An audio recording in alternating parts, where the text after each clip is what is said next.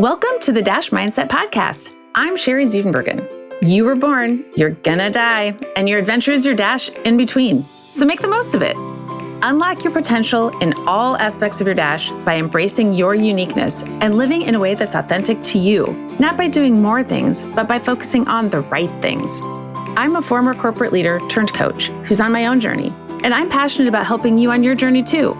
So on the podcast, we'll explore how to live authentically by deciphering who you truly are and what you truly want. Are you ready to take a step toward designing your dash? Someday doesn't actually exist, so let's do it now. Hello, welcome to the Dash Mindset Podcast. I'm so excited to have you here today. Today is episode 10, which may not seem like a big deal, but it's double digits. And our youngest just turned 10, which was a big deal, given it's double digits. So I'm going to consider this one too, although I'm still waiting on cake for this one. Anyway, I'm excited about this episode because I'm sharing an exciting topic, negative thoughts, which I know doesn't sound particularly exciting, but it's something that applies to every one of us. Every person on the planet has negative thoughts. So I'm not just going to talk about them. I'm actually going to share a tool that you can use to change them. And we're going to end on a positive note, and you'll actually have something tactical to take away and use. So one of the reasons I'm particularly excited to talk about negative thoughts today is due to the way my day started. And if you have boys in your household, you might be familiar with this. I started my day sitting on a pee-covered toilet seat. And just to be clear, it was not mine. It's not my pee. This happens far more than desired. And I guess just once would be more than desired. But given I have boys, it happens far more than once. And I don't really understand it, that it continues happening. Although I've asked them to share this series of events that lead to a pee-covered toilet. I've asked them to share that series of events multiple times. And no matter how many times they walk me through it, I don't get it. And I also started the day with a terrible headache. Now, I am not sharing this for you to feel bad for me or, for you to have empathy or sympathy or any of those things for me. I'm sharing these things because everyone has some cruddy days. Everyone has some cruddy stuff, right? And it's something that you might be able to relate to. Everyone has it. So I want to start with that foundation because sometimes we feel like it's just us and nobody else has stuff, right? But we all have it. So today, I'm particularly excited because I need to remind myself how to work through some of this negative stuff. And no matter how many times I talk about any of this stuff, I'm always reminding myself about all of it too. And I'm walking through it with you. So back to negative thoughts, or specific negative thoughts anyway. How often do you find yourself having negative thoughts? Just think about that for a second. It's not something we necessarily consider, right? We know we have them. Likely a lot of them, especially if you start your day in a cruddy way, right? But our brains are just going all the time. We have a lot of thoughts. And we don't always take time to actually think about what we're thinking about, right? So let's start by just discussing the number of thoughts we have. I was looking online and found a significant range of numbers. Some sources noted that humans have 6,000 thoughts per day. And it went up to 70,000 thoughts per day. And I know I've seen 80 or 90,000 thoughts per day too. So let's just agree we have a lot of thoughts, 6,000 to 90,000, okay? We have a lot of thoughts. So just to make sure that we are focused on kind of a general ballpark, I'm going to share some stats that Fred Luskin of Stanford University shared. So based on Fred Luskin's studies, humans have approximately 60,000 thoughts per day. And he says that 90% of those are repetitive. And he's the director of the Stanford University Forgiveness Project, which I feel like is noteworthy because how cool that Stanford University has a forgiveness project. But he's also a best-selling author, and his research has been focused on forgiveness and how it affects our psychological and physical health, which I think is so cool. I also want to note that I have not yet put any of his books in my Amazon cart. And I just feel like it's noteworthy that I have fought that compulsion to put those in there. So know that. But truly, a forgiveness project. That is fantastic. Okay, so back to negative thoughts. Fred says that humans have approximately 60,000 thoughts per day, and 90% of these are repetitive. Based on another study I've seen, 95% of our thoughts are the same as the thoughts we had yesterday. So we'll agree on 90 to 95%, okay? A source says that 95% of them are the same as we had yesterday. And about 75% of our thoughts are negative. So that's a lot of negative thoughts swirling around in our brains all the time, on repeat. So why is that? Do we just enjoy negative thoughts? For most of this, the answer is no. For most of us, right? Depends on the day. But it's due to the way our brains work. As humans, we have a predisposition to focusing on the negative. You may have heard of the term negativity bias. And I'm going to share how psychology today defines negativity bias because I think it's just such a brilliant definition. It's the brain's built-in alarm system to perceive negativity, even when a situation is positive or neutral. Fascinating, isn't it? So basically, our brains are trying to protect us by being hyper aware of the negative. It all comes down to self-protection. And I want to share this quote that Rick Hanson, a psychologist and a New York Times bestselling author, shares. The brain is like Velcro for negative experiences, but Teflon for positive ones. Isn't that great? I mean, it's not great that it happens necessarily, but I love the quote. The brain is like Velcro for negative experiences, but Teflon for positive ones. And he's also a senior fellow at UC Berkeley's Greater Good Science Center, which is also very cool that exists. So my point is, if you ever find yourself beating yourself up about beating yourself up, know you're not alone. We all do it. I know I have beat myself up about beating myself up, but it's because we're humans and it's human nature to focus on the negative. Of course, if our brain is going to treat negative experiences like Velcro and be Teflon for positive ones, it's just how we work. But it doesn't mean we have to stay there. And I also want to point out, it's not just a matter of adjusting your attitude. How many times have you heard that? You just need to adjust your attitude. Or maybe you've said that to someone else, right? You just need to adjust your attitude. Okay, super helpful. I've had a cruddy day. It started poorly. Everything spiraled down from there. And I'm just supposed to adjust my attitude. So what am I supposed to do? Just tell myself to be happy and I'm done? How do I actually do that? That is something that was really hazy to me up until a few years ago. And even then, even though I don't know that I could actually explain how to do that, I would say things like, well, you can't control everything, but you can control your attitude. Also something we hear a lot. Okay, I can? How? How exactly do I do that, right? It's not just a matter of telling ourselves, okay, change your attitude, and it happens. So today I'm going to share some help and share a tool that helps you understand how you can do it. It's not just a matter of flipping a switch and having a positive attitude. It's simple, but it takes a minute. And it's not just a matter of us saying, okay, no more negative thoughts. Those need to be gone. We're always going to have negative thoughts. It goes back to our brain trying to protect us.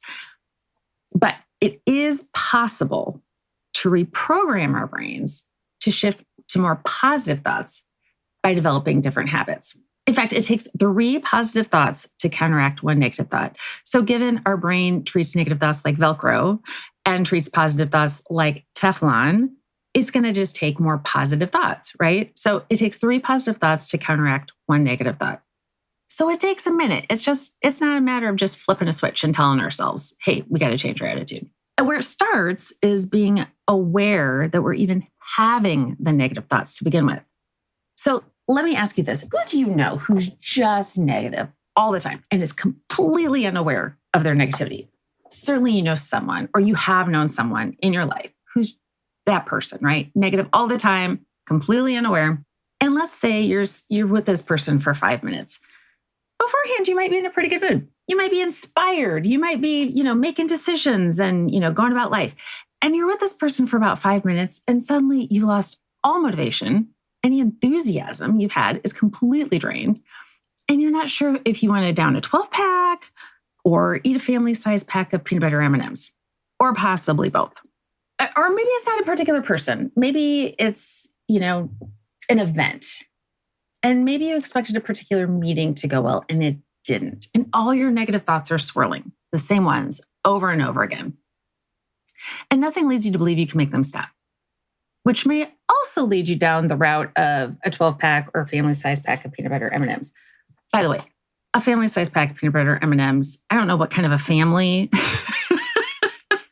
that's supposed to feed, but that is the route I generally want to take. And I don't even like beer. So, but maybe for you, it's both.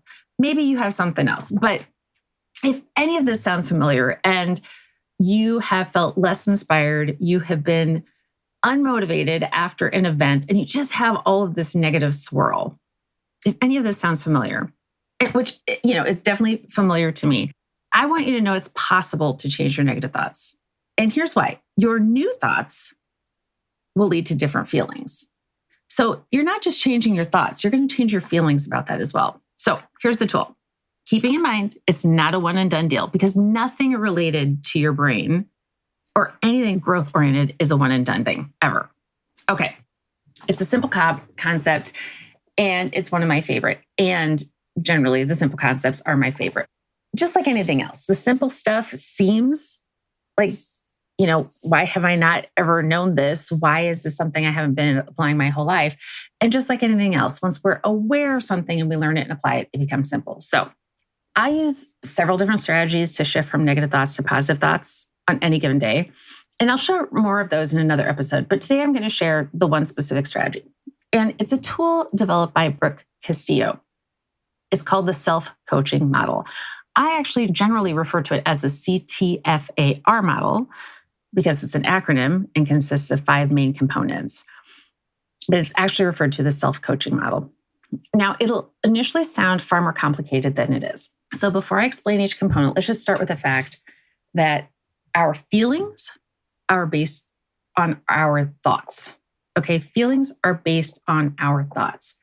Our thoughts drive our feelings, and our feelings drive our actions and results. So to change anything in our lives, our thoughts need to change. Because as I mentioned earlier, 95% of our thoughts are the same as yesterday, right? So if we want anything in our life to change, we have to have different thoughts than we did yesterday. And it starts with being aware of our thoughts and working to change them. For some, this is relatively natural. And you may even find yourself irritated by people who can seemingly flip a switch and find the positive in any situation. It's definitely a strength for some people, but some of us have to be more intentional about it. And all of us, depending upon the day, need to be intentional about it at least once in a while, right? So one way to be intentional is to understand and use the self-coaching model, or as I refer to it, the CTFAR model. And like anything else, it's not just a matter of learning about it, it's a matter of applying it. I'm sure you've heard knowledge is power, but really it's applied knowledge that is power. So, and considering that, the fact that applied knowledge is power, something to keep in mind. How many times have you maybe read a book or you've attended an event, maybe a conference or something or a training, and you thought, oh, wow, this is going to have such an impact on my life. This is just going to alter it, right? This is earth altering. And then months later, maybe you're moving to a new office or to a new home or whatever. You find it and you see some dust on it and you think, oh, right, I never actually looked at these notes again, right? So keep in mind, this tool that I'm going to share and walk you through is something that you actually have to use. And I have to remind myself of it. I talk to people about it all the time, but I'm constantly reminding myself. So I know I've gone to those events. I know I've read those books, and sometimes I find them a little dusty later on. So today's going to be different though, folks, okay? The tool I learn and use, like I said, is called the self-coaching or CTFAR model. CTFAR is an acronym. The C is for circumstance. So I would love for you to write the letter C on a piece of paper if you're not driving or operating heavy equipment, okay? So write C equals circumstance. All circumstances are neutral. They're neither good nor bad. They just are. They're neutral. Now, your initial reaction to that might be, no, my circumstances are definitely not neutral, but that's actually not the case. Your thoughts about any particular circumstance is what makes it either good or bad. The circumstance itself is an objective fact or an objective event that's external to you. So for example, let's go back to the meeting I mentioned earlier. A circumstance might be that you had a meeting you think didn't go well. Okay, the circumstance itself is that you had a meeting. That's it. Your thought about it is that it didn't go well. So that leads us to the T in CTFAR. The C is you had a meeting. The T is it didn't go well. So I would love for you to write a T just below the C on your paper. C equals circumstance, T equals thought. The C is you had a meeting, the T is it didn't go well. Or maybe the T, maybe your thought is it was terrible, or this project will never get done, or my team thinks I'm stupid, or perhaps all these. The T is your thought. And your thought is your judgment of the circumstance. It's your interpretation of the meeting. It's your belief. Your thoughts are how you perceive and make sense of the world. And your thoughts are what lead to your feelings. So if your thought is it didn't go well, or it was terrible, or this project will never get done, or my team thinks I'm stupid, then you're likely to feel a lot of different feelings. Maybe frustrated, discouraged, angry, embarrassed. But the event itself, the circumstance, which is your meeting, did not generate those feelings. Your thoughts about the meeting generated those feelings. Okay, so you have your C, you have your T, and you have your F, which is feeling. So your thoughts about the meeting generated those feelings. And that leads us to A, actions. Your thoughts lead you to take certain actions or potentially inaction. What you do or don't do is influenced by how you feel. And your actions lead to the R, which is your results, your specific outcomes.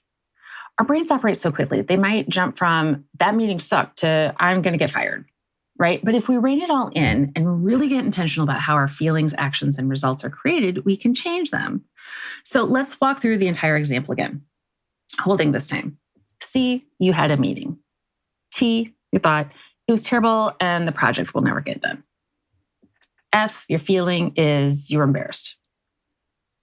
Your action might be, and so if you're writing all this down, you'll have an A below the F on your paper. Your action might be leave it up to the other people on the project to raise questions going forward. Okay, that's an example of an action that you might take. Or maybe you say you went off the project. And either of those actions is going to lead to less than desirable results, which then reinforce your negative beliefs and result in continued terrible meetings. You see where I'm going with this? It's not a matter of simply telling yourself all meetings are awesome instead, right? You might be thinking, okay, what? So I'm just supposed to say, oh, that meeting, I rocked it. No, you need to pay attention to what your brain is telling you because it's a signal. But when we pay attention to that signal and pay attention to those thoughts, it doesn't necessarily mean they're true. They're just signals we want to consider. All of our thoughts are just signals that we want to consider, but they're not necessarily true. Sometimes we just take them as true, but they're not. It's up to you to decide what you truly want to believe, to decide which thoughts are actually serving you the best. So rather than, I rocked that meeting, which might just be, toxic positivity over the top. Perhaps instead your thought is something more realistic, right? That meeting didn't go as well as I hoped, but I'll have more questions at the next one. Maybe something along those lines. Or that meeting wasn't my best, but now I know who I need to invite next time, right? So it's an example of something like that, which is going to seem more realistic. It's not going to be too over the top positive, but it's something you can actually do something with that's going to better serve you. And having a thought like that is going to lead to more positive feelings. Those positive feelings are going to lead to different actions and results. So hopefully that all comes together for you and you have the CTFAR written down. So there you have it, a tool that helps you to shift to more positive thoughts. It's simple to understand and it's powerful. It just takes self-awareness and intentional steps to actually apply it. So don't get too caught up in the acronym itself. Don't worry too much about getting it right. There's no right way. The primary thing to remember is that you can change your thoughts, okay? And your thoughts are what drive your feelings, actions, and results. And actually, knowing this, you can back into your thoughts you have and you want to change. So let's look at this another way. This is something I often do. So sometimes it's easier for us to recognize our emotions or what we're feeling, but we don't necessarily recognize the thought that causes the feeling. So for me, an example of this is overwhelm. I've had several points throughout my life where I just feel overwhelmed, regardless of, maybe it's at home, work, whatever. Sometimes I recognize it because it's a tight feeling in my chest. Sometimes I recognize it because I find myself with 37 tabs open on my laptop, 5 half-written emails. Have you ever had that where at the end of the day you realize, oh, I never actually sent that message. 12 Post-it notes with scribbles I may or may not understand. And I realize I've asked myself, wait, what am I doing? At least a couple times. Anyone ever had that experience? In those instances, I get intentional. Not every time, but like any bad habit, like any habit, it takes a bit to develop. And bad habits and good habits, for that matter, it takes a bit to develop those habits. But when I am intentional and I recognize how I'm feeling, I can back into my thoughts by asking myself, what are my thoughts right now? So I might recognize the feeling of overwhelm with all the tabs open on my computer. But I can back into it and think, okay, what exactly am I thinking right now? What's my specific thought? And for me, my specific thoughts are usually related to time and not having enough of it, which leads to more frustration and discouragement, more open tabs, more half-written emails, and less accomplished. So the CTFAR model or self-coaching model is a way to work through the acronym and in whatever way makes sense to you at a moment. So it's a tool you can use in a number of ways. The key is to actually use it and to remind yourself that using it is about building a habit of using it. It's not just automatically going to occur to you all the time. So it is possible for you to change your attitude if that's something you want to do. And having a better attitude is going to serve you the way you want. And now you have a strategy and you actually know how to change your attitude. So CTFAR, circumstance, thought, feeling, action, result. And if this is something you'd actually like to work with me on, I work with people on this all the time. Just let me know. Reach out to me on my website, the-mindset.com, and we can book 30 minutes to chat. No commitment, no selling, just seeing if you even like me. Okay. So I do these coffee chats, and it doesn't have to be coffee. It can be any beverage virtually. And I do these conversations a lot just to see, hey, could I potentially help you? What would this look like? Just have a conversation. Then if you decide to, we can schedule a proper consult. And that will allow you to gain some clarity about where you are, what you want, where you want to be. I'll recommend some next steps. Might include working with me, it might not. And you'll decide what your next step will be. So I hope that provided some assistance for you today. I hope your day didn't start out like mine. And I hope you have an amazing couple weeks. I'll see you again soon.